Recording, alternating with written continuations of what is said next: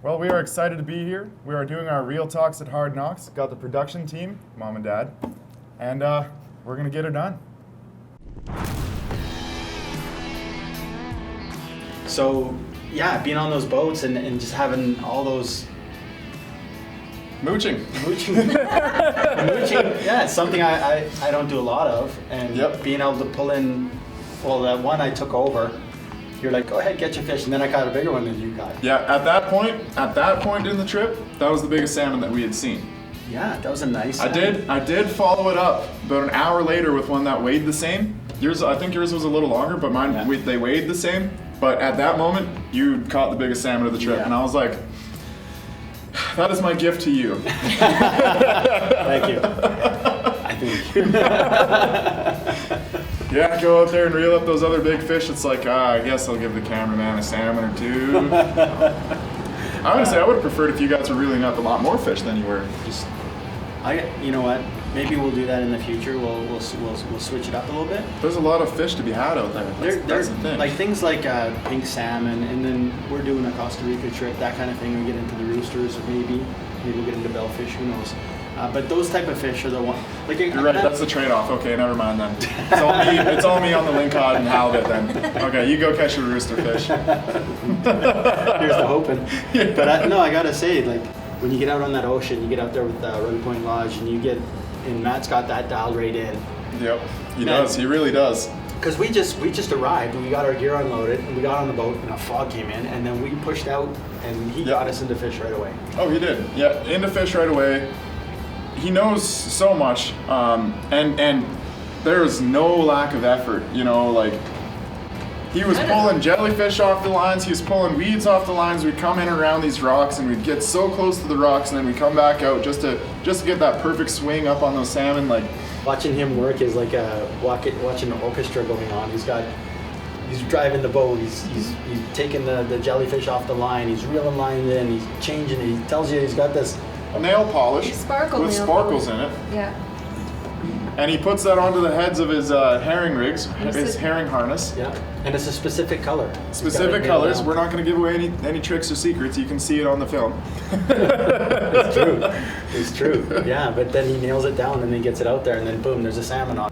There was not a point at which I ever didn't think we were going to catch fish. Yeah. Like really though. Not for the whole trip. I didn't even know that was an option to not catch something. See, if you ask those guys what are the odds we're going to catch fish today, they would tell you 100%. There's no way you're not going to catch fish out there. There's no possible way that you won't catch fish. As soon as I gave up on the stubbornness with the going out to the coast, we're doing a coastal trip, I thought to myself, hey, I got to get a fishing rod that's for this. And I did not get the right setup. It was not proper at all. I had two people rip all the line off of it and replace it by the time we made it to the salmon fishing. Finally get to the salmon fishing, and it's not good for it. So then I had to give that up and just use the equipment that the lodge has, which honestly at the end of it that makes more sense. I just wish I had thought about that to begin with. Yeah. Well, part of it too though is you're overcoming an injury from fishing. Yep. With your rotator cuff. Torn rotator cuff in my left shoulder. Doesn't make it very easy to using a tiller. Yeah. Yeah. So you needed to reel with your left hand and do all your work with your right hand. Yeah. So trying to find a left-handed reel was a bit of a challenge. Super tough. And the guys over at Fred's Custom Tackle helped you out with that, got you into that reel. Yep. That you ended up using. You used it for the lingcod and used it for the halibut. Yep. But you didn't use it for the salmon, which not necessarily suited for that anyway. There was how many times, like we hooked into so many salmon, I don't think we could even count the amount of fish that we hooked into. It honestly got to be a little bit crazy at the end of it. Granted. How many times did we hook into a fish and it was like, as soon as you get them to pop off the downrigger, if they didn't pop off on their own, which most of the fish do, but sometimes you know, anybody who's fished downriggers, you know how it goes, right?